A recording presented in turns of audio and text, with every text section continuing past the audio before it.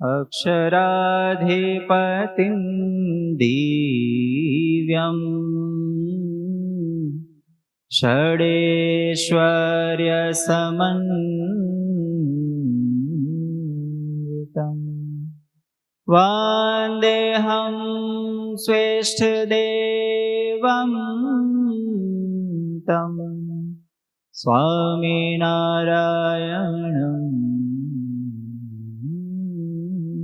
प्रभुम्। सर्वावतारधर्तारं भुक्तिमुक्तिप्रदायकम् वन्देऽहं श्रेष्ठदेवं तं हरिकृष्णं मनोहरम्।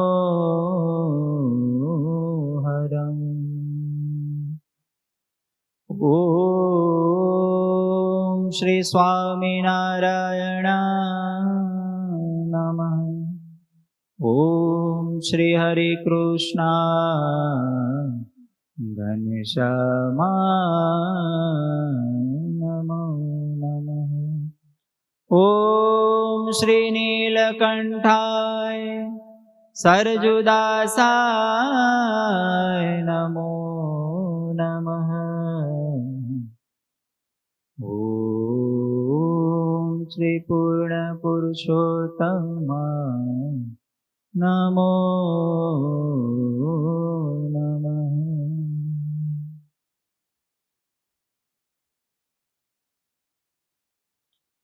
આપણી સભામાં બિરાજમાન સાક્ષાત હરિકૃષ્ણ મહારાજ, પરમ વંદનીય બધા સંતોને, આપ સર્વે ભક્તોને ભાવથી જય સ્વામી. હવે વૈષ્ણવજનને છે ને ચાતુર્માસ પૂરતું રજા આપી દે. એ પડ્યું નહીં પડ્યું રહેવા દે. એની કરતા આપણે ભગવાનના ચરિત્ર છે ને, સર્વોપરી સર્વાવતારી સ્વામિનારાયણ ભગવાનના ચરિત્ર, એની કથા કરશું. અને ઉપદેશ જેટલો આવે ને એ બધો હું અંદર ઉતારતો જઈશ. એમાંથી 5-10% બહાર કાઢીશ. ઉપદેશ અમથો બધો અત્યાર સુધી કેટલો સાંભળ્યો, કેટલી સભા આવી, રવિ સભામાં એટલો ને મંગળવારની સભામાં એટલો, આડે દિવસે ગમે ત્યાં મેળાવે ત્યાં એ જ ચાલુ હોય ને. એટલે આ વખતે ચરિત્ર ઉપર ફોકસ. અને એક પણ વસ્તુ માથે ન આવે ને એ ધ્યાનમાં લેવાની, આપણી માથે ન આવી પડે. અને બીજું એક વસ્તુ એ ધ્યાનમાં રાખ, હું આવશે એટલે આગળ કહીશ. કોઈ પણ નેગેટિવ પાત્ર આવે, કથા હોય એમાં નેગેટિવ પાત્ર આવે. માનો રામાયણની કથા હોય તો રાવણની કથા આવે કે ન આવે, પણ એમાં પણ કાંઈક સારી વસ્તુ હોય. જ્યાં જરૂર પડશે ત્યાં, મને જ્યાં લાગશે ને ત્યાં હું ટકોર કરીશ. ક્યારેય કોઈ પણ પાત્ર વિશે આપણે નેગેટિવ ભાવ નહીં. જો હમણે કથા શરૂ થાય ને શરૂઆતમાં દુર્વાસા મુનિનું આવશે. હવે દુર્વાસા મુનિનું નામ પડે ત્યાંથી જ એમ થાય કે એકાદાનો વારો આવ્યો એવું થશે. પણ દુર્વાસા મુનિમાં ઘણું સારું છે, એ આપણે જોતા જઈશું. ચાતુર્માસ શનિવારથી શરૂ થાય, આપણે કથા આજથી શરૂ કરવી. વરસાદ તો ચાલુ થઈ જ ગયો છે, બરોબર ને હરિદાદા? હરિદાદા કહેતા ઉપદેશ થોડોક જોઈ ચરિત્રમાં, પણ આપણે ઓછામાં ઓછું આવે ને એવું કરશું. બહુ માથે ન આવે ને, કારણ કે મજા છે ને. આગળ ઘનશ્યામ મહારાજના ચરિત્ર છે ને, હું હજી રિવિઝન કરીને આવ્યો, મને હજી એમને દાંત આવે. સમજાય? એટલા બધા મસ્ત ચરિત્ર છે ને, તમે કોઈ દી સાંભળ્યા ન હોય એવા બધા. આખો ગ્રંથ છે ઘનશ્યામ મહારાજના ચરિત્ર. તો મને લાગે ત્યાં સુધીમાં છે ને આપણે શ્રાવણ મહિનો પૂરો થઈ જાય, એટલા બધા ઘનશ્યામ મહારાજના ચરિત્ર આપણે સાંભળ્યા. કેટલા સાવલી સત્સંગી જીવનની કથા હોય ને, મુખ્ય 2-5 ચરિત્ર, અને પછી તરત વન વિચરણ. કારણ કે વાયા 5 દીમાં 7 દિન પૂરું કરવાનું, એટલે એ કથા જાતી હોય છે ને આપણે રાજધાની એક્સપ્રેસની જેમ. એટલે એમાં પછી બધા નાના મોટા ચરિત્ર નો પણ લઈ શકે. આપણે આમાં કઈ કામ ધંધો છે નહીં, કઈ ટેન્શન નથી. અને ભગવાનના ચરિત્ર લેવાનું કારણ, આધારાન સ્વામી હરિચરિત્રામૃત સાગરમાં ભગવાનના ચરિત્ર વિશે એક બહુ સરસ વાત.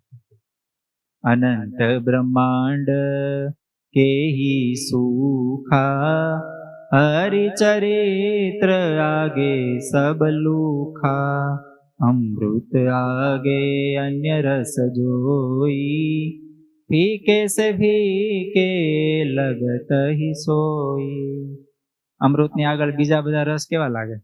ગમે એવો હારામાં હારો કેરીનો રસ કે શેરડીનો રસ લાવો, અમૃત આગળ શું કહેવાય? ફીકો લાગે ને. બસ એવું અનંત બ્રહ્માંડના જે સુખ છે એ હરિચરિત્રની આગળ આધારાન સ્વામી કે હાવ લુખ્ખા. સો ચરિત્ર કહત હુઅ બહી, સુનિએ કચિત હિ સબહી. સો ચરિત્ર કહુ અબહી, સુનિએ કચિત હિ સબહી. હરિ કે ચરિત્ર હરિ સમ જાના, यह दोनों में भिन्न न माना, यह दोनों में भिन्न न माना. સ્વામી એવું કીધું કે હરિચરિત્ર હરિની સમાન, કહેતા ભગવાનની સમાન છે. આપણે કહીએ ને ભગવાનનું નામ ભગવાન સમાન છે, એમ હરિચરિત્ર એટલે કે ભગવાનના ચરિત્ર ભગવાનની સમાન. ઈ યહ દો મેં ભિન્ન ન માના, એટલે આ બેમાં ભેદ નો માનતા. એટલે ભગવાનના ચરિત્ર છે ને સાક્ષાત ભગવાન છે. આપણે એવો જ ભાવ કરવાનો, આપણે પારાયણ વખતે કરતા હતા ને એમ, સાક્ષાત આપણે ન્યા જ છીએ એમ માનીને કરવા. હવે બીજો બધો બહુ ઝાઝો સમય ન લેતા 5000 વર્ષ પૂર્વથી સ્વામિનારાયણ સંપ્રદાયના ઇતિહાસની કથા આપણે શરૂ કરી. 5000 વર્ષ પહેલા શ્રી કૃષ્ણ ભગવાન ની બધી બાળ લીલાઓ થતી હતી. પછી ભગવાન ત્યાંથી મથુરા આવ્યા, મથુરામાંથી પછી દ્વારકા ગયા, મહાભારતનું યુદ્ધ થયું, અને એ બધું કમઠાણ બધું પતાવી યુધિષ્ઠિર રાજાને બધાને ગાદી સોંપી ભગવાન પાછા દ્વારકામાં ગયા.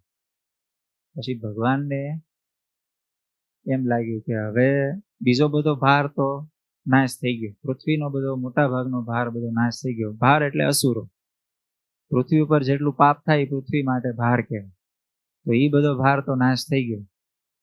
પણ ભગવાન કે મારા જે બધા કુળમાં છે ને, યાદવ કુળ આખું, હું વયો જાશ ને પછી આ બધા એક હાથમાં નહીં રહે. બધા વિફર છે ને, તો આ તો બધા શક્તિશાળી, ભૂકા કાઢ નાખશે. એટલે ભગવાન કે આનો તે ખાત્મો બોલાવતો જાવ. એનું મૂળ ક્યાં રોપાણું એની કથા કહું છું. કે મહાભારતનું યુદ્ધ પૂરું થયું પછી યુધિષ્ઠિર રાજાએ શ્રી કૃષ્ણ ભગવાનને એવું કીધું કે દુર્યોધનનું જ્યારે મોત થયું, હવે એ મોત તો આમ જોવો તો અધર્મથી કર્યું હતું, કારણ કે ગદા જાંઘમાં મારી હતી. ખરેખર ગદા યુદ્ધના નિયમ પ્રમાણે એવું હોય, નાભીથી નીચે ગદા ન મારવાની, પણ ભગવાનના કહેવાથી માર્યું હતું. અને દુર્યોધને એલા આપણે ભીમે પણ લીધેલું કે હું તારો જાંઘ તોડીશ, એટલે એનું એ વચન હતું. એમાં કાંઈ એને ખોટું નથી કર્યું, એને વચન પાલન કર્યું. ક્ષત્રિય રાજા વચન પાલન કરી શકે. એટલે એક દ્રષ્ટિએ ધર્મ હતો, એક દ્રષ્ટિએ અધર્મ હતો. જે હોય આપણે એમાં પડવું નથી. પણ યુધિષ્ઠિર રાજાએ ભગવાનને એવું કીધું કે તમે છે ને પહેલા હસ્તિનાપુર જાઓ, અને ત્યાં અમારા પિતા એટલે મોટા પિતા જે ધૃતરાષ્ટ્ર છે એને તમે સૂચના કરો, પછી તમે કયો પછી અમે આવી. યુધિષ્ઠિર રાજાએ શું કામ ભગવાનને આવું કીધું? એટલે કીધું કે નક્કી નહીં. ધૃતરાષ્ટ્ર એને સૌથી વાલામાં વાલો દીકરો એટલે દુર્યોધન, બરોબર. હવે એનું મોત અમે આવી રીતે કર્યું, એને સમાચાર તો મળી જ ગયા છે. એટલે એ જો કોપાયમાન થશે ને, જો કાંઈક સાપ બાપ આપી દે ને તો ઉપાધિ થશે. ભગવાન કે હારું તમે કહો છો હું છે. પછી ભગવાને ત્યાં બધું સામ દામ દંડ ભેદ બધું બધી રીતે સમજાવ્યા, માની ગયા. પછી કે લાવો પાંડવો મારા દીકરા છે, બોલાવો. પછી ભગવાન તરત ત્યાંથી નીકળ્યા અને સીધા ગયા, એમના પત્નીનું નામ શું હતું? ગાંધારી. એમની પાસે ગયા, એમને પગે લાગ્યા કે માં, તમારો છેલ્લો સંતાન કહેતા મોટો દીકરો દુર્યોધન એનું મોત થયું છે, તમને સમાચાર તો મળી ગયા છે? હા મળી ગયા. પછી હવે રડતા હતા ગાંધારીમાં, ભગવાન સમજાવતા તમને ખબર છે, તમે મનાવ્યા હતા, મેં મનાવ્યા હતા, પણ હવે એનામાં અધર્મ વંશ જ એટલો હતો, કારણ કે એ સાક્ષાત કળિયુગનો અવતાર હતો. તો હવે એ બચે એમ હતો જ ને, એ રે તો આ પૃથ્વી ઉપર ધર્મ સ્થાપન થાય ને, એની માટે મારો અવતાર છે. પછી ગાંધારી માએ શ્રી કૃષ્ણ ભગવાનને કીધું કે તમે ધારે તો તમે એનું મગજ ફેરવી ન શકો, તમે તો સાક્ષાત ભગવાન છો, ગોલોકાતી બધી ભગવાન તમે જ છો, તો તમે કોઈની બુદ્ધિ ન ફેરવી શકો? તો તમે કેમ મારા દીકરાના કે મારા 100 દીકરાના 100 માંથી હાલો 100 ને છોડું, કમસે કમ એકનું તો મગજ ફેરવ્યો તો અમારો વંશ તો રહે એમ.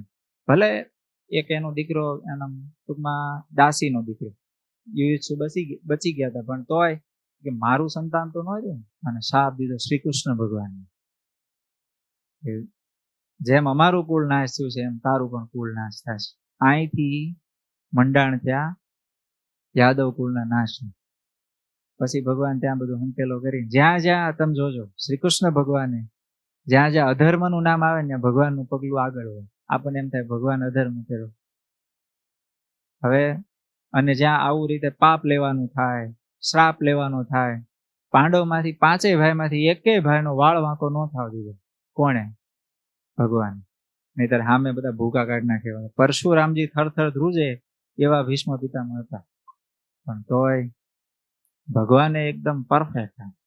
જ્યાં જેવી જરૂર પડે ને હા એ તમારે આગળ રાખે, અને પાછળથી અર્જુનને કે જવા દે. સમજા? હા, વીંધી નાખે ભીષ્મ પિતામહને. કર્ણ ઓલું પૈડું કાઢતો હોય, નિહત્થો હોય, હાથમાં શસ્ત્ર ન હોય, ભગવાન કે જવા દે. અર્જુનજી ઘડી ખબી, આમ ક્ષત્રિય કુળ છે ને એટલે એમ ખમી જાય. એ કે પણ એના હાથમાં શસ્ત્ર નથી, આમ નથી, તેમ નથી. અભિમન્યુના હાથમાં નહોતું શસ્ત્ર, અને ત્યારે આ બધા ભેગા છે. એ વખતે આવા પોઈન્ટ મૂકે ભગવાન, જાણું જવા દે તમ તાર સનસણાવી મરાવી નાખ. હવે આ બધા દુઃખ ભગવાને માથે લીધેલ, અને ભગવાનને થયું કે સારું, મારે જે કામ કરવું હતું એ ગાંધારી માતાના નિમિત્તે થઈ ગયું. એમ ભગવાન કહીને ત્યાંથી પછી દ્વારકા આવ્યા. સમય પસાર થયો અને બ્રાહ્મણોનો યાદવ કુળને શ્રાપ લાગ્યો, અને શ્રાપમાંથી યાદવનું કુળ નાશ થયું. એ બધા કપાઈ મળ્યા પ્રભાસમાં. આપણે ભલકા તેરી ગયા હતા ત્યાં ભગવાન એક વૃક્ષ નીચે પગ ઉપર આમ તમને જોયો છે ને દ્રશ્ય, એ પ્રમાણે ભગવાન ત્યાં પહોંચ્યા હતા. એ સમયે ભગવાનની ઈચ્છાથી ત્યાં મૈત્રેય ઋષિ અને ઉદ્ધવજી એ 2 જણા ત્યાં આવ્યા. ભગવાને પછી ઉદ્ધવજીને વાત આખું જ્ઞાન આપે છે.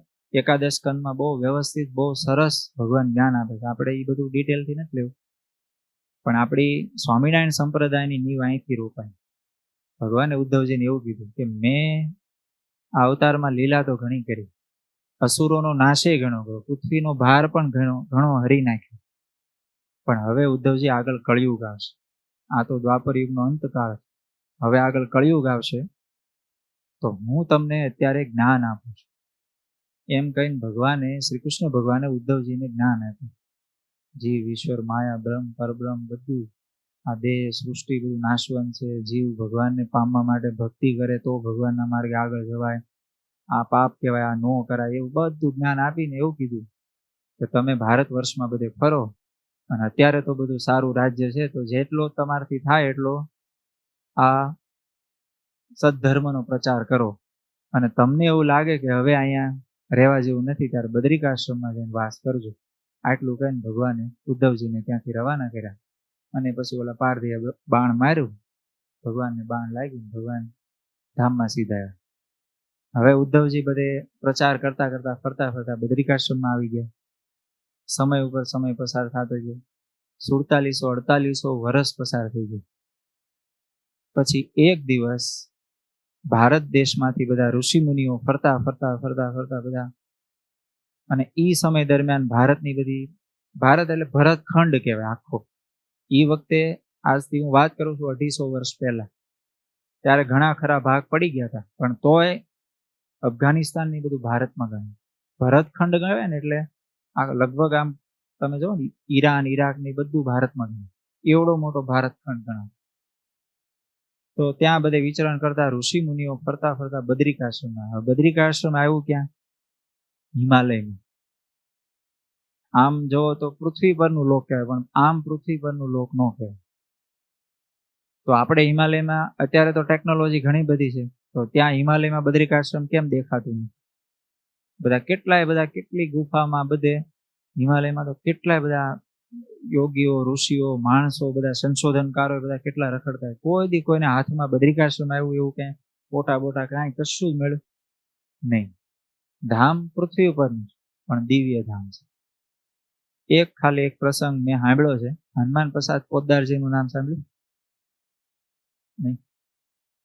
આપણે જયદયાલ ગોયંકાજી, આપણે ગીતા પ્રેસ ગોરખપુર છે ને, હા, એના સ્થાપક જયદયાલજી, એમની સાથે જ આ રહેતા હતા હનુમાન પ્રસાદ પોદ્દારજી. એ એમની એક અનુભવ વાણીમાં એક સરસ વાત કરી. એ એવું કે છે, એકવાર ફરતા ફરતા અમે ત્યાં ગયા હિમાલય બાજુ, તો એક ગુફા ભાળે. તો એ ગુફામાં કે હું પ્રવેશું, સાધના કરવા જતા બધા, ગુફામાં પ્રવેશો, બહુ મોટો પથ્થર આગળ ગુફામાં ગયો. જેવો અંદર ગયો ને, અંદર પ્રવેશો ને, એટલે પાછળ જવો તો નકરું અંધારું દેખાય, અને આગળ જવો તો આમ એટલો પ્રકાશ ને ઝાડવા, આમ પક્ષીઓ કલરવ કરે ને એકદમ આમ ભાગીરથી ગંગા વહે, ને એક મોટું બોરડીનું ઝાડ, એટલું બધું મોટું કે એના છાંયડામાં તો આમ લાખો હજારો માણસોની સભા થઈને બેસી જાય ને, એટલો મોટો છાંયડો, એવડી મોટી બોરડી, મોટા મોટા તરબૂચ જેવડા બોર એની ઉપર, અને આમ સુગંધીદાર પુષ્પો.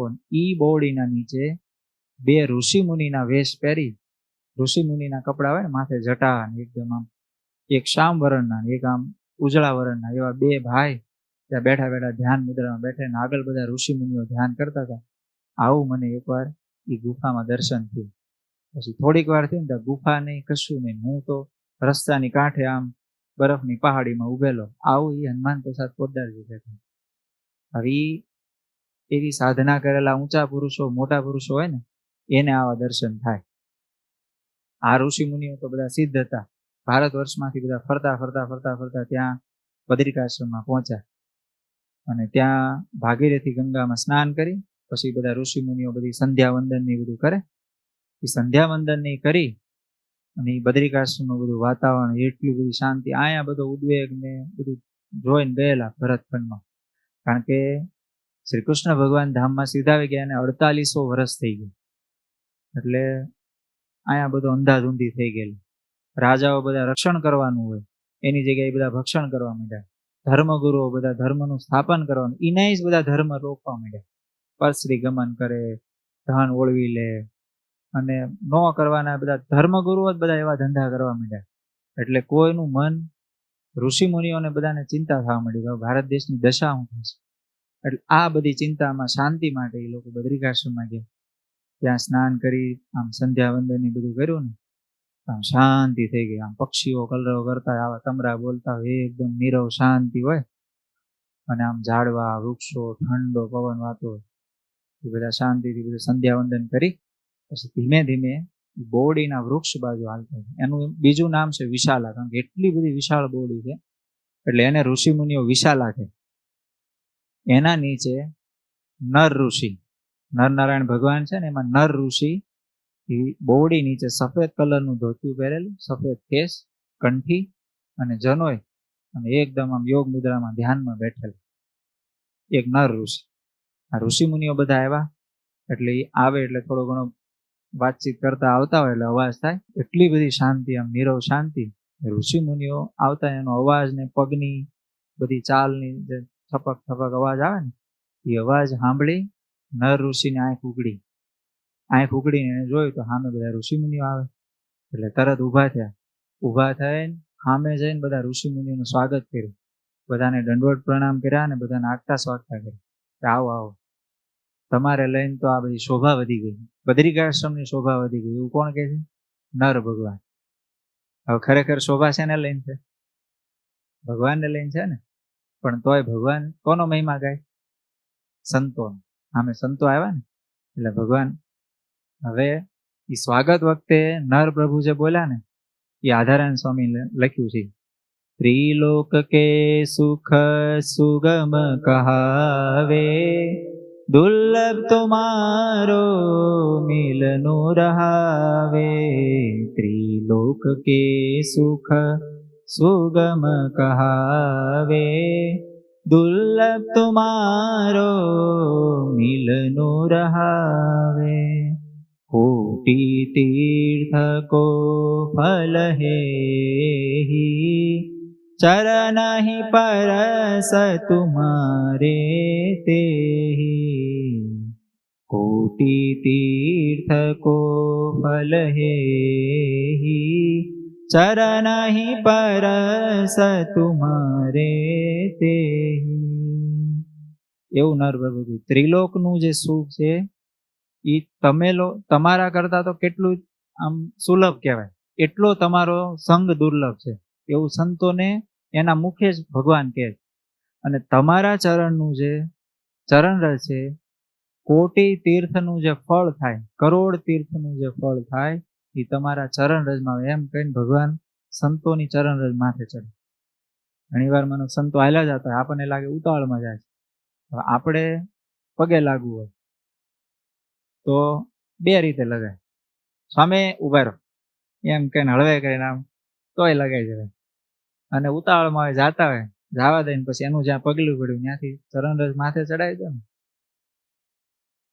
એટલું જ ફળ થાય. એક દોરો ફળ ઓછું નથી, ઉલટાનું વધારે થાય. કારણ કે આપણે પગે લાગવાને કદાચ ચરણે નો એડી, સમજાણું, ઢીચણ સુધી કદાચ બોલું તો હાવ ચરણ રજ સીધી માથે ચડે.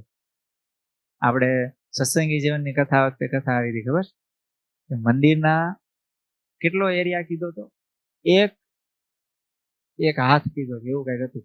હવે એક હાથ એરિયા ચોરસ, એક હાથ બાય એક હાથ નો એરિયા વાળે, એને 3 પેઢી સુધી યમપુરી નો આવે. 3 પેઢી સુધી એને યમપુરીનું દુઃખ નો આવે, કેતા યમદૂતનું તેડું નો આવે. હવે તમે વિચાર તો કરો. હવે ઈ ચરણ રજ ખાલી વાળવાની, હવે ઈ ચરણ રજ માથે ચડાવો એટલે પૂરું, યમદૂતનો ખેલ જ ખતમ. ટૂંકમાં જન્મ મરણનું દુઃખ પૂરું થઈ ગયું. એટલે મનુષ્ય અવતાર મળ્યો અને કોઈ સંતોની ચરણ રજ માથે ચડાવી, હવે ફરીથી એને બીજી કોઈ યોનિમાં જવાનું ન. આટલું સુલભ છે. હવે તમને સમજાય કે વૈષ્ણવજન તો હાલતું જ હતું, બરોબર? શું કામ આ કર્યું? વૈષ્ણવજનમાં આવે શું?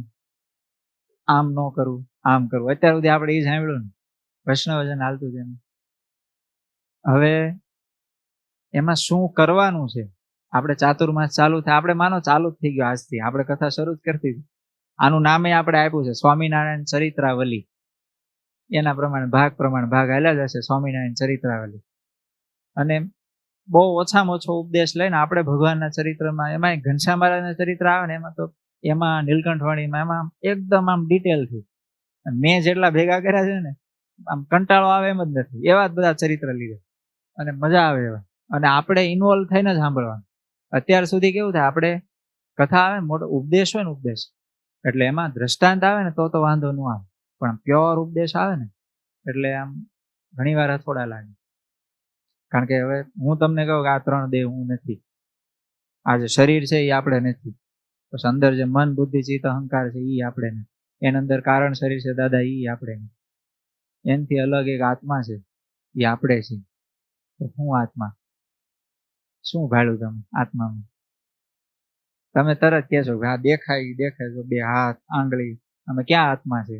એમ જ કહો ને. હવે આપણે ન્યા સુધી જવાનું છે, એની વગર પાછું ઉદ્ધારે નથી. એ વાત સાચી હો. આત્મ સ્વરૂપ સમજ્યા વગર, પરમાત્માના સ્વરૂપને જાણ્યા વગર આપણો નિવેડો નથી. પણ એની માટે સહેલામાં સહેલો રસ્તો શું ખબર? શાંતિ કરવી હોય, મન સ્થિર કરવું હોય તો 2 રીતે થાય. એક તો તમે પ્રાણાયામ યોગ સાધના કરો, એ રીતે થાય. અને પછી ભગવાનના ચરિત્રમાં મન પોરવી દે. ચરિત્ર ચાલુ થાય ને પછી તમે જોજો, તમારે વિચાર કરવા હશે ને બીજા તોય નહીં આવે. એટલા બધા મીઠા મીઠા ચરિત્ર બધા છે ને ભગવાન. પછી નારાયણ ભગવાને બધા ઋષિ મુનિ આવતા હતા, એનું સ્વાગત કર્યું, બધાને આસન આપ્યા. આસનમાં શું આપ્યું ખબર? દર્ભના આસન. ડાબડો હોય ને, ડાબડો, એના આસન પાથરી દીધા, બિરાજો આય. અને ભગવાન એ બોડી નીચે નર પ્રભુ બિરાજા. અને પછી બધા ઋષિ મુનિઓની બધી આગતા સ્વાગતા પૂછતાછ કરી, કેમ છો, તબિયત પાણી હારા, ક્યાંથી આવો છો, શું છે, આ છે તે છે, બધું પૂછ્યું. એ સમય દરમિયાન આ બધી વાતચીત હાલે છે ત્યાં અચાનક આખા બદ્રિકાશ્રમનું વાતાવરણ આમ એકદમ ફરી ગયું. ઠંડો આમ શીતળ પવન વાવા માંડ્યો અને પક્ષીઓના કલરવ છે ને એમાં મીઠાશ આવી ગઈ. ઘણી વાર તમે જોજો કાગડો બોલતો હોય ને, સવારમાં કાગડો બોલે ને, ઝીણું માર્કિંગ કરજો. કાગડા હવે રહ્યા ને શહેરમાં, ગામડે ક્યારેક જાઓ ઝીણું માર્કિંગ કરજો. સવારમાં કાગડો બોલે ને, એ કાગડાના અવાજમાં આમ કર્કશતા જ હોય ને, પણ તોય મીઠાશ હોય. ઈનો જ કાગડો એ શું કામ બોલે ખબર? 4 વાગ્યા જાગો, કાગડો જગાડે સવારે 4 વાગે. પછી 5 વાગે ને થોડોક ટોન ફરે કાગડા, આમ થોડુંક ઝીણવટપૂર્વક માર્કિંગ કરજો. ગામડે જાવ 6 વાગે ને પછી થોડીક કરકરાશ વધે, 7 વાગે ને પછી રાડ્યું પડવા મળે, કહું ઊભો હતા ભાઈ. હું 4 વાગ્યાનો રાડ્યું ને. એટલે પક્ષીની જે આમ બોલવાની જે મીઠાશ હોય ને, એમાંય અત્યારે મોરલો અત્યારે બોલે ને એની મીઠાશ અલગ હોય. અને મોસમમાં બોલે ને, તમે ફાટલું સ્પીકર વાગતું ને એવું ઘણી વાર બોલે, ખબર. હવે એ બિચારાને પૂરેપૂરું પાણી મળ્યું ન હોય, સમજાણું. આ જે વરસાદનું પાણી, પાલર પાણી હોય, એની મીઠાશ કેવી હોય. હવે ઈ મોરના ગળામાં જાય અને પછી જે ટહુકારો નીકળે એની આખી મીઠાશ કેવી હોય. એમ આખું વાતાવરણ ફરી ગયું અચાનક આખું. એટલે અને બધા વાતચીત કરતા હતા, નર પ્રભુ સામે હતા, બધા બેઠા હતા. તમારે બધાને ધ્યાન મારી સામે હોય, પણ અચાનક અહીંથી અલૌકિક સમય આવે તો અચાનક જ બધાને ધ્યાન ને વહી જાય કે નહીં. બસ સેમ એવું જ છે. બાજુમાં કુટિયા હતી, કુટિયામાંથી નારાયણ પ્રભુ એ વખતે બરોબર સવારનું બધું એમ ધ્યાન સંધ્યાવદન હોય ને એ બધું કરીને ત્યાંથી નીકળ્યા. એટલે બધાનું ધ્યાન ખેંચાઈ ગયું. આ ઠંડો પવન ને બધું એટલે વાવામાં. અને જેવા ભગવાન બહાર આવ્યા ને એટલે બધા ઋષિ મુનિઓ, નર પ્રભુ બધા ઊભા થઈ ગયા અને ભગવાનના સ્વાગત માટે થોડા સામે હાલીને ગયા. હવે એ નારાયણ પ્રભુ ત્યાંથી આવતા હતા. એમને સફેદ કલરની ધોતી પહેરેલી, સફેદ ખેસ પહેરેલો, માથે મોટી જટા, ગળામાં કંઠી અને જનોય, અને ભગવાનના હાથમાં કમંડળો. અને એકદમ આમ શાંત મૂર્તિઓ, એકદમ શાંતિથી હાલ્યા ધીમા પગલે. બધા ઋષિ મુનિઓ સામે ગયા, બધા દંડવટ કર્યા, ભગવાનને પગે લાગ્યા. બધા ઋષિ મુનિઓને જોઈને ભગવાને સામેથી નમન કર્યા. ભગવાને તમે જોજો સંતોને દંડવટ કરતા. પ્રેમાનંદ સ્વામી માટે ભગવાને શું કીધું? તમે ગાઓ ને પેલું વંદુના પદ ગાયા હતા, ભગવાને શું કીધું? હું ઊભો થાય ને તમને દંડવટ કરું, એવો ભાવ.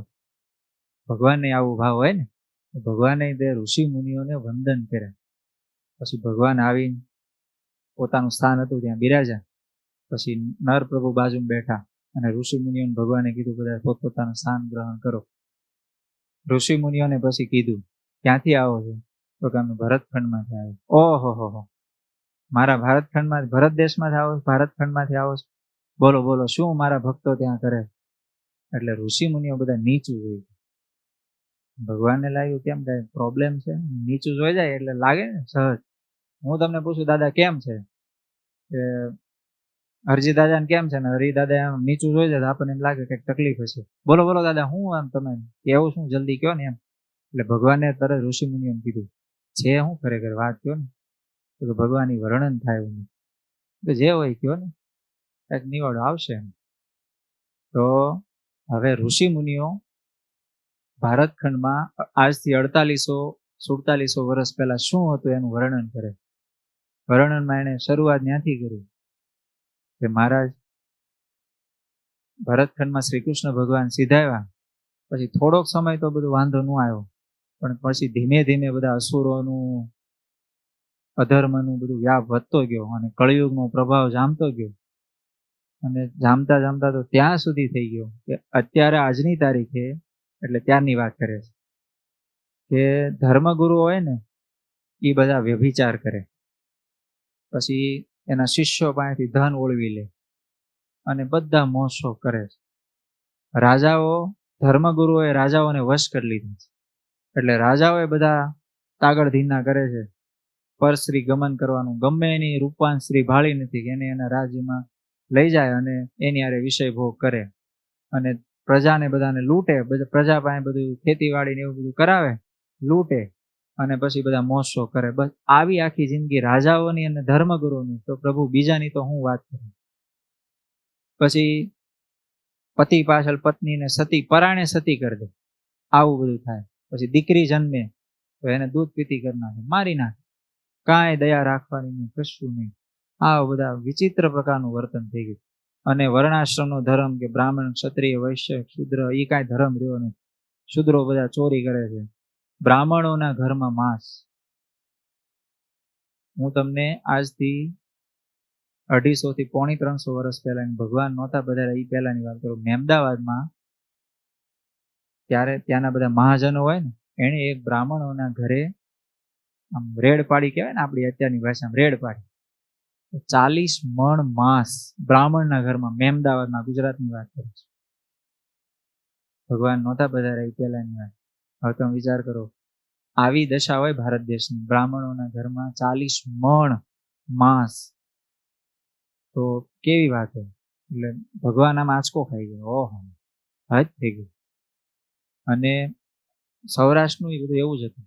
મરાઠા લોકો હતા ને, એ લોકો સૈન્ય લઈને આવે અને કોઈ પણ ગામ હોય ને એમાં ધાડું ના અને સીધી લૂંટફાટ જ કરવાની, કશું જ નહીં. સૌરાષ્ટ્ર પછી કાઠિયાવાડી બધા પ્રાંતમાં એ લોકો આવે, મરાઠા લોકો આવીને એનું મોટું સૈન્ય હોય, એ લોકો બધા ગામમાં ધાડું પાડે અને બધાને લૂંટી લે. એ લૂંટફાટનું એ બધું આમ કોમન થઈ ગયું. ભગવાન કે આવું બધું થાય. હવે યજ્ઞ કરતા હતા એમાં હિંસા કરે, હિંસા વાળા યજ્ઞ કરે, બધા બકરા કાપે ના, પછી બધા માંસ પાછા બધા ખાય, દેવદેવીઓના નામે હિંસા કરે. આટલા લેવલ સુધી બધા નીચા ઉતરી ગયા. આટલું બધું ખરાબ ભારત દેશનું કહેતા તમે જે ભરતખંડની વાત કરો છો એ ભરતખંડનું આટલું બધું નીચા લેવલનું આમ દ્રશ્ય છે. એ આ બધી વાતચીત ચાલે છે એ સમય દરમિયાન નરનારાયણ પ્રભુ છે ને એમના પિતા ધર્મ પ્રજાપતિ અને એમની માતા મૂર્તિ દેવી એ આ સભામાં બરોબર ત્યાં આવ્યા. એટલે નર પ્રભુ ને નારાયણ પ્રભુ બે ઊભા થઈ અને માતા પિતાને પ્રણામ કર્યા, પગે લાગી. આમ ભગવાન છે, નારાયણ પ્રભુ ભગવાન છે, પણ ધર્મની દ્રષ્ટિએ ધર્મ પ્રજાપતિ એમના પિતા છે. તો ભગવાન એમના ચરણ સ્પર્શ કરીને પગે લાગ્યા ધર્મ પિતા, અને પછી આસન આપવા ગયું. પછી એમના માતા મૂર્તિ દેવી એમને પણ પગે લાગ્યા. હવે ધર્મદેવ ત્યાં સાધના કરે બદ્રિકાશ્રમમાં, એટલે એકદમ કૃશ શરીર, તપ કરે ને એટલે શરીર એકદમ ફૂકલકડી જેવું શરીર, કૃશ, અને આમ શાંતિથી આવીને ભગવાનની સામે બેઠા. અને નર પ્રભુ નારાયણ પ્રભુ ઈ ત્યાં પાછા પોતાના આસને બેસી ગયા. સામે ધર્મ પિતા ભક્તિ માતા કહેતા મૂર્તિ દેવી. ભક્તિ માતા એમનું આ અવતારમાં નામ પડશે, પણ ત્યાં સુધી એમનું મૂર્તિ દેવી નામ છે. તો એ ધર્મ પ્રજાપતિ અને મૂર્તિ દેવી ત્યાં બે બેઠા. અને આ સભામાં બધા ઋષિ મુનિઓ બેઠા છે, ઉદ્ધવજી બેઠા છે, કારણ કે ઉદ્ધવજી બદ્રિકાશ્રમમાં જ છે, એ બધા ત્યાં બેઠેલા. એ સમય દરમિયાન પછી ભગવાન હવે આ બધા ઉદ્વિગ્ન છે કે ભરતખંડનું અમે વાત કરી આવું બધું જોઈને આવ્યા છે, એટલે ચિંતા તો થાય, કારણ કે ઋષિ મુનિઓની આત્મા એ ધર્મની ધુરા છે. હવે એ બધા આવું વર્ણન કરતા આખો ધર્મ ખવડાઈ ગયો. તો નારાયણ પ્રભુ પછી હવે સાંત્વના આપવા માટે બધા ઋષિ મુનિઓને આમ એકદમ પોતાની મૂર્તિનું સુખ આપે છે અને સરસ સરસ બધી ભગવાનની લીલાઓની બધી વાત કરે છે. એટલે ઋષિ મુનિઓ, ધર્મ પિતા, ભક્તિ માતા, ઉદ્ધવજી બધાનું ધ્યાન ભગવાનના સ્વરૂપમાં એકદમ આમ તલ્લીન થઈ ગયું. આવા સમય દરમિયાન રુદ્રના અંશ સ્વરૂપ કૈલાસ પર્વતમાંથી દુર્વાસા મુનિ બરોબર સભામાં પાછળ આવ્યા. બધાનું ધ્યાન આમ એક ધારું હોય. પાછળથી મૌલિકભાઈ આવ્યા હોય, હવે તમને કોઈને કેમ ખબર પડે પાછળથી કોણ આવ્યું છે? એવી રીતે પાછળથી રુદ્રના અંશ સ્વરૂપી દુર્વાસા મુનિ આવ્યા કૈલાસ પર્વતમાંથી. થોડીક વાર ઉભા રહ્યા, બધું જોયું આમ, પણ કોઈ એમનું સ્વાગત સન્માન ન કર્યું, કારણ કે કોઈનું ધ્યાન જ નહોતું. એટલે દુર્વાસા મુનિ ક્રોધમાં આમ લાલ ઘૂમ થઈ ગયા. થોડીક વાર ધીરજ રાખી, પણ લાલ ઘૂમ થઈ ગયા અને ઊંચા અવાજે ક્રોધ કરીને ખીજાણા. હવે જેવા ક્રોધ કરીને ખીજાણા એટલે આખું બદ્રિકાશ્રમનું વાતાવરણ તંગ થઈ ગયું થોડીક જ વારમાં.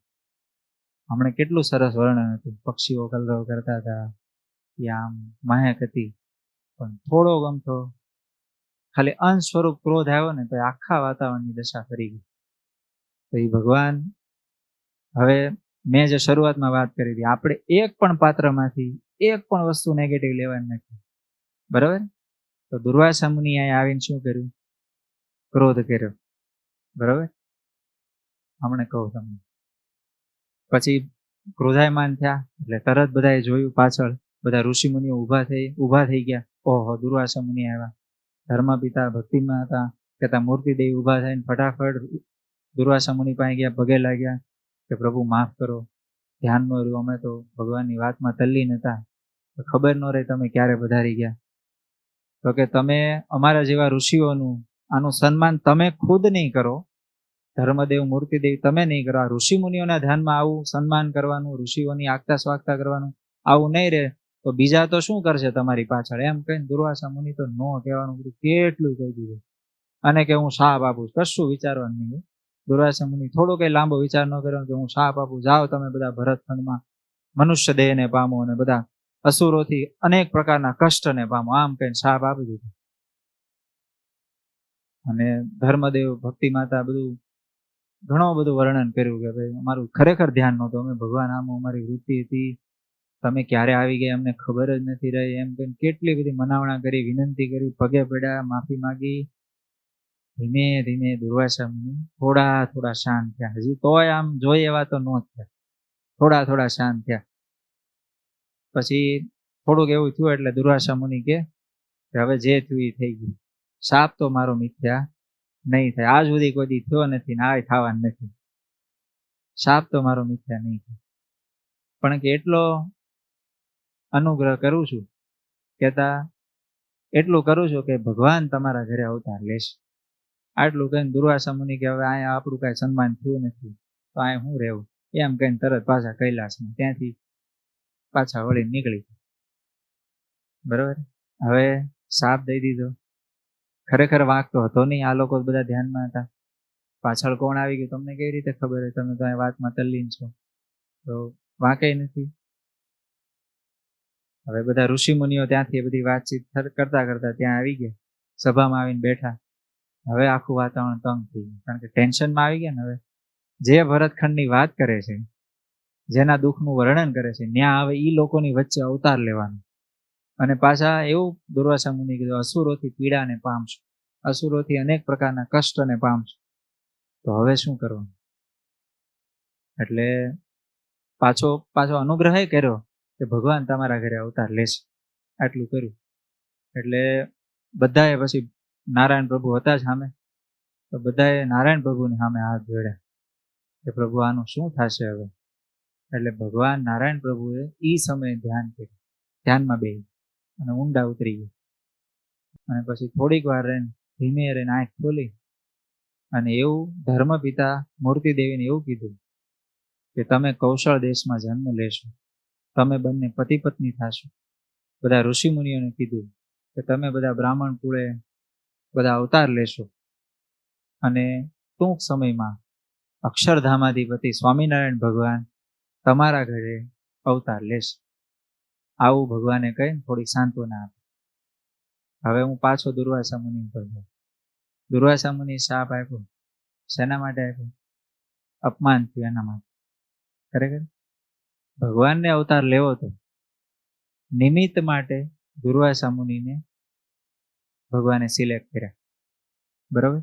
બીજા કોઈ ઋષિને સિલેક્ટ કર્યા હોત તો આજે એનું નામ આવે. ભગવાને દુર્વાસા મુનિને સિલેક્ટ કર્યા.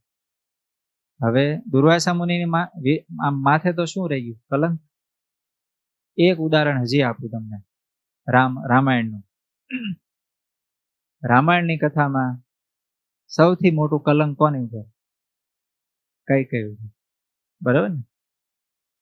એક પ્રસંગ આવે, મેં સાંભળ્યો છે, મારે વાંચવામાં તો કઈ આવ્યો નથી, મેં સાંભળ્યો છે કે રામચંદ્ર ભગવાન નાના હતા, રમતા હતા.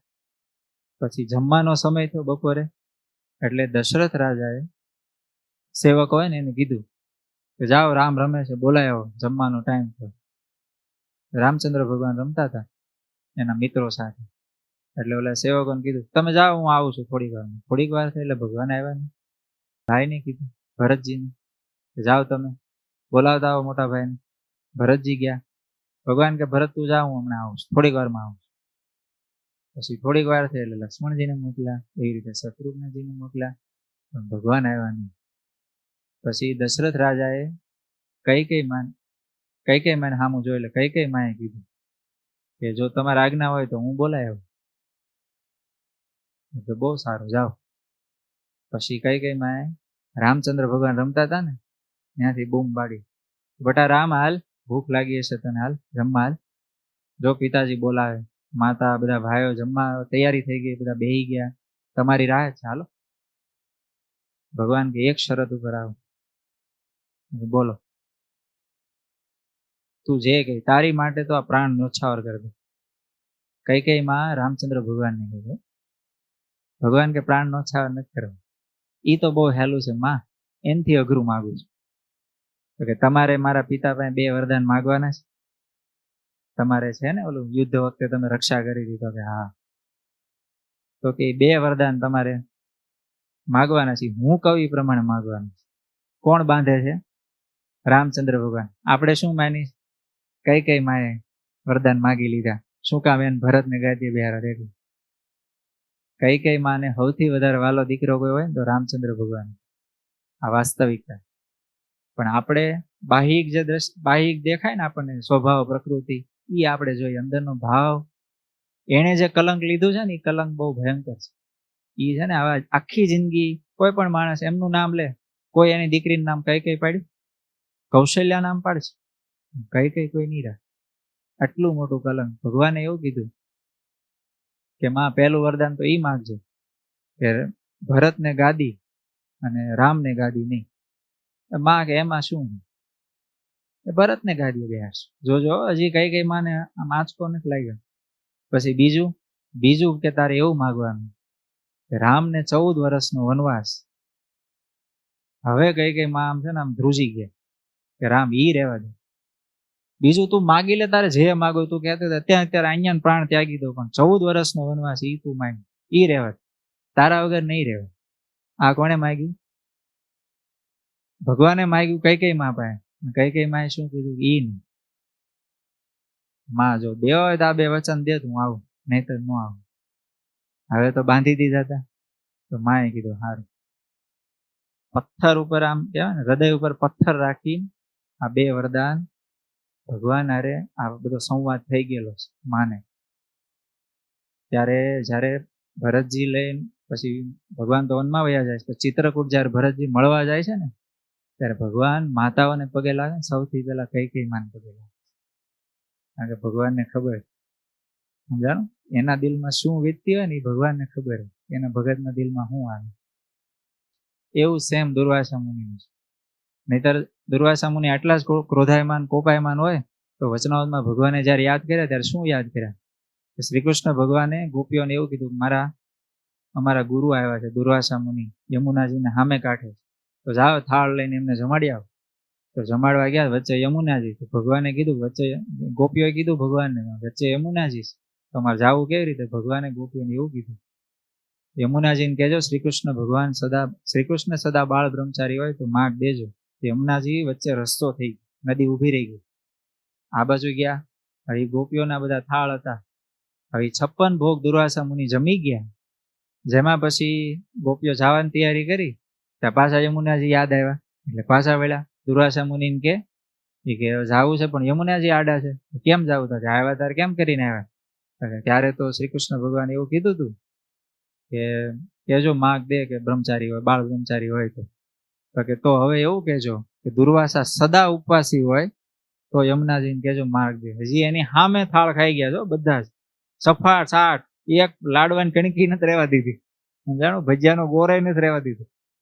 અને તોય જેવા યમુનાજી દાંત કાઢતી જાય ને ગોપીઓ, ભગવાને કીધું ગોપીઓ હસતી ગઈ. હવે ત્યાં ગયા, જેવા યમુનાજી પાસે જઈને ઉભા રહ્યા અને આટલી વાત કરી તો યમુનાજી માને સદા ઉપવાસી મતલબ શું થાય ખબર? જેટલી વાર જન્મ્યા ત્યારથી એવડા થયા ત્યાં સુધી એક પણ વાર ભગવાનને એ પોતે ન જમ્યા હોય એનો મતલબ સદા ઉપવાસી થાય. આટલા મોટા ઋષિ હોય એના વિશે એના થોડા ક્રોધ કરવાથી કે ભગવાનને એક નિમિત્ત માટે એમને નિમિત્ત બનાવે, આટલા ક્રોધ માત્રથી આપણે કોઈ વિશે કોઈ પ્રકારનો નેગેટિવ ભાવ, આખી કથા ભગવાનનું ધામ ગમન આવે ને ત્યાં સુધી એક પણ વાર આ ભાવ એક પણ જીવા ખાચરનું આવશે, અલૈયા ખાચરનું, બધામાં એના પોઝિટિવ પોઈન્ટ બહુ બધા છે. બ્રહ્માનંદ સ્વામી વિશે આવશે જાણો, પણ એના એટલા જ પોઝિટિવ પોઈન્ટ, એ એક પણ નેગેટિવ પોઈન્ટ આપણે આપણા જીવનમાં ઉદાહરણ થતો કોઈ પાત્ર. રાવણ છે બરોબર, રાવણ ને કુંભકર્ણ, હિરણ્યકશિપુ હિરણાક્ષ, બરોબર, શિશુપાલ ને દંતવક્ર. આ છે કોણ મૂળ? જય વિજય, વૈકુંઠના પાર્ષદો છે. સંકાદિકો આવ્યા ત્યારે થોડુંક એમનું અપમાન કર્યું હતું, સન્માન ન કર્યું, એમાંથી થયા છે તો કોણ? ભગવાનના પાર્ષદો. જાણો, એ જયારે છેલ્લો અવતાર એનો પૂરો થયો, શિશુપાલનું માથું કાપ્યું, સીધાજી ત્યાં 7મા દરવાજે, વૈકુંઠના સાકેત ધામના 7મા દરવાજે જય તરીકે ત્યાં ઉભા જ રહી ગયા છે. એ ઉભા જ છે. અને આપણે રાવણના નામે અત્યારે રાવણ જેવો છે, રાવણ પણ ઈ ન્યા છે અત્યારે, આપણું ઠેકાણું નથી છે. સમજાણો? આપણે હરકી ભગવાનમાં મન રાખીને માળાએ નથી ફરતી, અને ઈ તો ભગવાનના પાર્ષદ છે. એ ચતુર્ભુજ રૂપે ત્યાં ભગવાનની સેવામાં છે. આપણે કોઈના વિશે નેગેટિવ શું કામ આપણે ભાવ કરવાનો? એટલે આપણે આખી કથા પૂરી થાય ને ત્યાં સુધી આમ જ રાખવાનું. હવે આટલું થયું એટલે ઋષિ મુનિઓ ભગવાને પછી બધાને વિદાય કર્યા કે હવે તમે બધા જાઓ અને સમય થાય એમ બધા પોતપોતે અવતરવા માંડો. થોડોક સમય પસાર થયો એટલે કૌશલ દેશમાં ઇટાર ગામ છે, ત્યાં સરવરિયા બ્રાહ્મણમાં ધર્મદેવ છે ને એને જન્મ લીધો. સંવત 1796 કારતક સુદ એકાદશી, પ્રબોધની એકાદશી આવે ને, ચાતુર્માસ પૂરો થાય એ એકાદશી. એ એકાદશીના દિવસે બાલ શર્મા અને ભાગ્યવતીના કુખે બાળકનો જન્મ થયો. ધર્મદેવનો જન્મ થયો એના એક્ઝેક્ટ 2 વર્ષ પછી મનોરમા નદી છે, સરયુ નદી છે ને એની ઉપર મનોરમા મખોડા ઘાટ, ત્યાંથી થોડુંક ઉત્તર દિશામાં એટલે સરયુ નદીથી લગભગ 30 કિલોમીટર દૂર છપૈયા ગામ છે. અયોધ્યાથી આપણે છપૈયા 30 કિલોમીટર જેવું થાય. છપૈયામાં સંવત 1798 2 વર્ષ પછી કારતક સુદ પૂનમ, એટલે આ ચાતુર્માસ પૂરો થાય પછી પહેલી પૂનમ આવે ને, બસ એ જ પૂર્ણિમાના દિવસે કૃષ્ણ શર્મા અને ભવાનીના કુખે ભક્તિ માતા કહેતા મૂર્તિ દેવીએ જન્મ લીધો અને એમણે સૌ પ્રથમ એમનું નામ પાડ્યું બાળા. ધર્મદેવનું નામ શું પડ્યું? દેવ શર્મા, અને આમનું નામ પડ્યું બાળા. પછી સમય પસાર થતો ગયો, ધીમે ધીમે ધર્મદેવ મોટા થવા માંડ્યા. એમના પિતા એમણે ભણાવ્યા ગણાવ્યા અને થોડાક ઉંમર લાયક થયા એટલે લગ્નનો પ્રસંગ આવ્યો. તો ક્યાંકથી સમાચાર મળ્યા છપૈયામાં બાળા છે, બહુ રૂપવાન છે, બહુ ગુણિયલ છે. તો એમને ત્યાં પછી એમનું એંગેજમેન્ટ થયું. અને પછી ત્યારે તો બધું કાંઈ પહેલા જોયા આવે ને પછી એકાદ વર્ષ સુધી બધા ભેગા રહીને ફોટા પાડે ને એવું બધું નહોતું. એ તો જોયા આવ્યા છે જોવાવાળા. ધર્મદાદાને ખબર નથી કોણ બાળા છે, કેવા બાળા છે, એ કશી જ ખબર નથી દેવ શર્માને. હા, સીધો જ્યારે લગ્નનો પ્રસંગ આવ્યો ત્યારે જાન લઈને સીધા છપૈયામાં આવ્યા ઇટારમાં. હા, એ જાનના ઉતારા થયા પછી લગ્ન થયા. દેવ શર્માના બાળા સાથે લગ્ન થયા અને એ લગ્ન થયા પૂરા થયા પછી બાળા કહેતા ભક્તિ, કારણ કે બાળા નાના હતા ને ત્યારથી બહુ ભક્તિ કરતા. એટલે પછી ગામની બધી એની સહેલીઓ, બધી એની મિત્ર હોય ને, મિત્ર મંડળ એમનું, અને બીજી આજુબાજુના બધા રહેતા હોય બધી સ્ત્રીઓ, એ બધા એને ભક્તિ કહીને બોલાવે. બહુ ભક્તિ કરતા, ભજન ભગવાનમાં નકરું મન રાખી ભક્તિ કરતા, એટલે ભક્તિ એવું નામ પાડી દીધું. તો હવે એ ભક્તિ માતા અને દેવ શર્મા એના લગ્ન પૂરા થયા એટલે ભક્તિ માતાના પિતા હતા કૃષ્ણ શર્મા. એણે દેવ શર્માના પિતા બાલ શર્મા એને હાથ જોડીને એવું કીધું કે અમારા ગામમાં બ્રાહ્મણો તો ઘણા છે, પણ અમારે કાંઈક આમ શુભ કર્મ કરવા હોય, કાંઈક માનો જોશ જોવા હોય, કાંઈ પણ અમારા દિવસ દરમિયાન આપણે માનો વર્ષ દરમિયાન કાંઈ પણ વાવણી કરવી હોય તો આપણે ચોઘડિયા જોવા હોય, કાંઈ પણ જોવું હોય તો કોઈક એવો ભણેલો ગણો બ્રાહ્મણ તો હોય ને. અમારે ગામમાં કોઈ એવો બ્રાહ્મણ નહીં. તો કે એમાં હું શું કરું? તો કે તમારો આ જે દીકરો છે દેવ શર્મા, એને જો અહીંયા તમે છપૈયામાં રાખતા જાઓ તો તમારા અમારા ઉપર બહુ ઉપકાર. તો હવે તમે જોજો, હવે ઘર જમાઈ તરીકે માગ્યો છો દીકરાને. આપણને એમ થાય ને કે ભગવાનના પિતા એનું ગામ તો ઇટાર છે, તો ભગવાનનો જન્મ ઇટારમાં થવો પડે ને, છપૈયામાં કેમ થાય? પણ અહીંયા હવે ટર્નિંગ પોઈન્ટ. એટલે એ ધર્મદેવના પિતા હતા ને બાલ શર્મા, થોડાક આમ, કારણ કે ભાલો દીકરો, ભણેલો ગણેલો, ભણાવેલો ગણાવેલો, એકનો એક દીકરો, એટલે આમ આંચકો તો ખાઈ જાય. એમના માં હતા ભાગ્યવતી, એ પણ આંચકો ખાઈ ગયા. પણ પછી માગણી એવી કરેલી એટલે ના ન પાડી. એ સમય એવો હતો, એ સમયે કોઈ આવું કંઈક કે ને, વચન આપી દે ને પછી ના ન પાડે. એટલે કીધું બહુ સારું, કાંઈ વાંધો નહીં, રાખો. પછી હવે ધર્મદેવના પિતા બાલ શર્માએ સૌથી પહેલા એમની જે પુત્ર વધુ કહેવાય ને ભક્તિ માતા, એને કીધું, ઉપદેશ આપે છે કે બેટા આ મારો દીકરો છે, એ હવે તારો પતિ થયો આજથી, તું એની સેવા કરજે, રહેવાનો છે અહીંયા જ, તું એની સેવા કરજે. એ તારો પતિ છે, એને પરમેશ્વર માનીને સેવા કરજે. કોઈ પણ પત્ની એના પતિની પરમેશ્વર માનીને સેવા કરવાની. ભગવાને શિક્ષાપત્રીમાં પણ એવું કીધું છે. પતિ ક્યાં સુધી નપુંસક હોય ને તો પણ પરમેશ્વર માનીને સેવા કરે. આમ ધર્મ એ બાલ શર્મા ભક્તિ દેવીને ઉપદેશ આપે છે, અને ઉપદેશ આપતા આપતા પતિ વિશે કીધું. બીજું એવું કીધું તો સંતાનની પણ સાર સંભાળ એવી રીતે રાખજો કે એમાં કોઈ પ્રકારના કુસંસ્કાર ન આવે. બીજું, ક્યારેય તમારા પતિ સિવાય બીજા કોઈ પણ પુરુષને, કોઈ પણ પુરુષ વિશે કોઈ પણ પ્રકારનો આમ કહેવાય ને આકર્ષણ સહિત મનમાં પણ ખરાબ ભાવ ન લાવતો. આ લેવલનું બધું પતિવ્રતાના જે ધર્મ કહેવાય ને એ ધર્મનો બધો ઉપદેશ આવે. પછી બાલ શર્મા એના દીકરા દેવ શર્મા કહેતા ધર્મદેવને ઉપદેશ આપ્યો, કારણ કે હવે ત્યાં રહેવાના છે. બટા, આપણું સરવરિયા કુળ છે, બ્રાહ્મણના કુળે તું મારો દીકરો, મારું કુળ નો લાજે, મારા કુળ ઉપર લાંછન ન લાગે એવું તારું વર્તન રાખે છે. તારી પત્ની સિવાય બીજા કોઈ પણ સ્ત્રીમાં તું મા, બેન અથવા દીકરીનો ભાવ રાખજે, અને એક પણ વાર તારી પત્નીને કોઈ પણ પ્રકારનું દુઃખ નો અનુભવાય એની જિંદગીમાં, એને કોઈ એવી ફિલિંગ નો આવે કે મારા પતિ હોવા છતાંય મારે આવા દુઃખ આવું મારે ભોગવવાનું છે, એવું કોઈ પણ પ્રકારે ન થાય એટલું તું બટા ધ્યાન રાખજે. બહુ સારું. પછી બેયને ભેગા રાખ. હવે બે પતિ પત્નીને ભેગા ઉપદેશ આપે.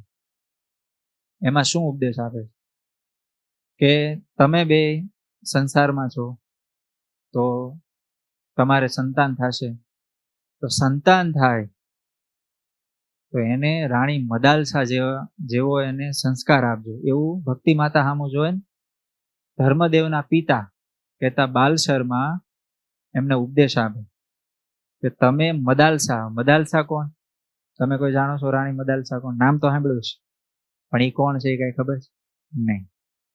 હું કહું, વિશ્વાસુ ગંધર્વ એમની દીકરી, એનું નામ મદાલસા. એના લગ્ન થયા હતા ઋતુધ્વજ રાજા સાથે. હવે ગંધર્વની દીકરી પણ બહુ ભક્તિવાળા, તો લગ્ન થયા તો આખો દિવસ ભક્તિ કરે. સમય પસાર થતા એમને સંતાન થયું. એમાં સૌથી પહેલું સંતાન એનું નામ વિક્રાંત. તો ગર્ભમાં હતો ને ત્યારથી જ એને એવો ઉપદેશ આપ્યો કે બટા, તું આ શરીર નથી, આ હાથ પગ તારા છે નહીં, તું આજ મારા કુખમાં છો, કાલ સવારે તું જન્મ પામીશ, કાલ સવારે પરમ દિવસે તું વૃદ્ધ થાશ ને તું મૃત્યુ પામી જશે. તો એ મૃત્યુ તારું શરીર પામે છે, પણ તું તો આત્મા છો, શુદ્ધ ચૈતન્ય એક રસ પરિપૂર્ણ આત્મા છો, બ્રહ્મ છો. આમ ઉપદેશ ગર્ભમાં હતો ને ત્યારથી એની માં એને ઉપદેશ આપ્યો. પછી ધીમે ધીમે બાળક મોટું થયું એટલે ઉપદેશ આપ્યો અને વૈરાગ ચડાવી દીધો. થોડોક મોટો થયો એટલે ઓલો ભાઈ તરત વનમાં. થોડોક સમય થયો બીજો દીકરો થયો, એનું નામ પાડ્યું સુબાહુ. એને આવી રીતે જ ઉપદેશ આપ્યો. થોડોક મોટો થયો ને સમજણો થયો ને ભેગો સીધો વનમાં તપમાં લાગી ગયો. ત્રીજો દીકરો થયો, એનું નામ શત્રુમર્દન. એને ઉપદેશ આપીને એને મોકલી દીધું રાણી મદાલસા. એનું નામ સાંભળે છે પણ એની હિસ્ટ્રી આવી છે. ચોથો દીકરો થયો ને એટલે એનો જે પતિ હતો ને ઋતુધ્વજ, એને આવું કઈક શંકા ગઈ એટલે એને એની રાણી ઉપર બધી દાસીઓને સિક્યુરિટી તરીકે ગોઠવી દીધી. ચોથો દીકરો અલર્ક જન્મ્યો ને એટલે જન્મતા વેત જ એને ત્યાંથી લઈ લીધો. રાણીને બહુ દુઃખ થયું મદાલસાને, કા એક દીકરો મારો આ સંસારમાં મોહમાં આવી જશે અને આ સંસારની લપટમાં આવી જશે, એનો ઉદ્ધાર નહીં થાય. આમ બીક લાગી ગઈ. એણે અને ઓલા મયુરધ્વજને ખબર પડી ગયેલી એટલે એણે એના નજર નીચે આ દીકરાનો ઉછેર ચાલુ કર્યો અલર્કનો. એટલે રાણીને મદાલસાને જેવી ખબર પડી ને એટલે એણે ગુપ્તચરો દ્વારા સમાચાર મોકલાવ્યા વિક્રાંત પાસે કે તને તારી માં બોલાવે. ઓલો તો ભાઈ ત્યાગી થઈ ગયો છે. ત્યાંથી એને બોલાવ્યો અને એને સમજાયો કે તું અહીંયા રાજ્યમાં જયારે પ્રવેશ ત્યારે એટલું એને કહેજો કે તારે તારા પિતા પાસે જવું અને એવું કેવું કે હું રાજ્યનો અધિકારી તો હું છું, મોટો દીકરો હું છું, એટલે તો મને રાજ્ય સોંપો એમ કેવું તારે. કે બહુ સારું. એટલે વિક્રાંત આવ્યો જેવો ત્યાં એટલે તરત એના પિતા માતાને પગે લાગ્યો. માતાએ કીધું મેં જે કીધું છે તો મને કરજે. બહુ સારું. પિતા પાસે ગયો મયુરધ્વજ પાસે, એટલે ઋતુધ્વજ પાસે. એટલે ત્યાં જઈને પગે લાગીને કીધું કે પિતાજી હું આવી ગયો છું, હવે રાજ્ય મને સોંપી દો. બહુ સારું, બહુ રાજી થયા. તો રાજી ખુશીથી, બેટા તે તો બહુ સારું કામ કર્યું, મારે આની ચિંતા હતી. રાજ્ય સોંપવું એટલે વિક્રાંત રાજ્ય કરવા માંડ્યો. અને ઓલો અલર્ક તો હજી નાનો છે, એટલે એને અલર્કને હવે કહી દીધું, હવે તો રાજા ઈ પોતે છે. એટલે કીધું કે તારે રોજ માતાને પગે લાગવા જવાનું, તને હવે છૂટ. બહુ સારું. ઓલો માતાને પગે લાગવા જો, રાણી મદાલસાને તમે જોજો, આમ કેટલી બધી લાઈ લાગી ગયેલી ને. તો જેવો ઓલો પગે લાગ્યો ને, માથે હાથ મૂક્યો ને, તો ન્યા સમાધિ થઈ. સમાધિમાં એને ખાલી હાથ મૂકવાથી સમાધિમાં એને યમપુરી, સ્વર્ગ, આ લોકના બધા દુઃખો બધા દર્શન કરાવી દીધા. ભગવાનના ધામના દર્શન કરાવી દીધા. પોતે કોણ છે, આત્મા છે, બ્રહ્મ છે, એના પણ એને દર્શન કરાવી દીધા. પોતાનું સ્વરૂપ આખું ઓળખાવી દીધું, એક ખાલી માથે હાથ. આટલી પવિત્ર રાણી મદાલસા, એનો ઉપદેશ ધર્મદેવના પિતા બાલ શર્મા આ બે પતિ પત્નીને આપે છે. આવા તમારા સંતાનોને સંસ્કાર આપજો. પછી તો ઓલો થોડોક હજી સમજણો થયો તો સીધો વહી ગયો વનમાં. અને પછી થોડોક સમય થયો, ઋતુધ્વજ રાજા ધામમાં ગયા ને, એટલે વિક્રાંતે રાજ્ય મૂકીને વહી ગયો, બધું સ્વાહા કરીને પૂરું કરતી. આને કહેવાય રાણી મદાલસા, કે આવા તમારામાં સંસ્કાર રાખજો. પછી એવી ને એવી રીતે ગોપીચંદનું નામ તો સાંભળ્યું છે, જનુની જીવો રે ગોપીચંદ. એ ખાલી આંખના ગરમ ટીપા પડ્યા, એ ગરમ લાગ્યું, એમાંથી માએ ઉપદેશ આપ્યો કે આવા જ તારા પિતા હતા, આવા જ રૂપવાન હતા, આ શરીર કઈ લાંબુ રહેવાનું નથી. તરત બધું જ મૂકીને બે ગયું. એવી રીતે બધો ઉપદેશ આપીને પછી તો ત્યાંથી વિદાય થયા. હવે જાન કેવી ગઈ, વર વગરની જાન ત્યાંથી ઉપડી. આ બાજુ છપૈયામાં હવે ધર્મદાદા એટલે કે દેવ શર્મા એકદમ ધર્મપરાયણ જિંદગી જીવે છે. એટલે આજુબાજુના બધા એમના માણસો છે ને, આમ ધર્મપરાયણ જિંદગી જીવે છે. એટલે એમને ધર્મદેવથી જ કહેવા માંડ્યા કે આ તો સાક્ષાત ધર્મદેવ છે. અને ખરેખર ઈ ધર્મદેવ જ હતા, ધર્મ પ્રજાપતિનો જ અવતાર છે. એટલે ધર્મદેવ અને ભક્તિદેવ. પછી તો ધીમે ધીમે ધીમે વર્ષ ઉપર વર્ષ પસાર થતા ગયા. થોડાક જ સમયમાં એમને ઘેરે એક પુત્રનો જન્મ થયો. એમનું નામ રામપ્રતાપભાઈ. રામપ્રતાપભાઈ એટલે સાક્ષાત શંકરશણનો અવતાર, એકદમ ઉદાર અને આમ શૂરવીર પ્રકૃતિઓ. હા, ઈ ત્યાં જન્મ થયો ભગવાનના મોટા ભાઈ રામપ્રતાપભાઈ નો જન્મ થયો. ધીમે ધીમે સમય ઉપર સમય પસાર થવા માંડ્યો અને એકદમ સુખપૂર્વક જિંદગી જવા માંડી. પણ હવે દુર્વાસા મુનિનો શાપ તો હતો જ, એટલે અસુરોનું બળ આ બાજુ વધેલું.